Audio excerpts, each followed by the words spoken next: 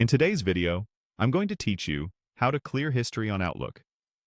By the end, you'll know exactly where to go to remove your Outlook search history, so your recent queries no longer appear as suggestions. This is helpful for keeping things private and tidying up your workspace.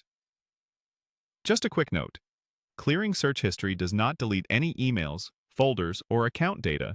It only removes the list of past searches saved to your Outlook account.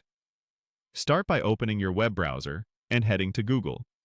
In the search box, type Outlook, then select the official Outlook website from Microsoft.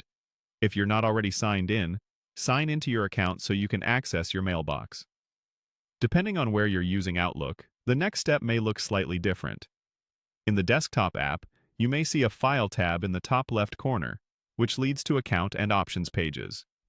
On the web, you'll use the Settings gear instead.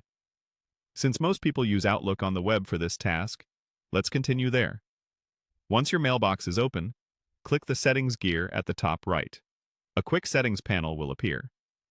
At the bottom of that panel, choose View All Outlook Settings to open the full settings window. In the left-hand column, select General. This section collects account-wide preferences that aren't specific to just mail formatting or rules. Under General, look for Privacy and Data.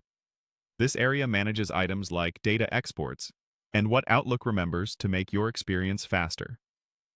Inside Privacy and Data, find the Search History section.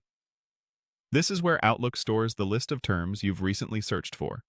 Click Delete History. A confirmation message will appear so you don't remove it by accident.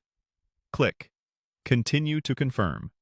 Outlook will clear your saved search history for this account. If you still see old suggestions, give the page a quick refresh, then try clicking in the search bar again.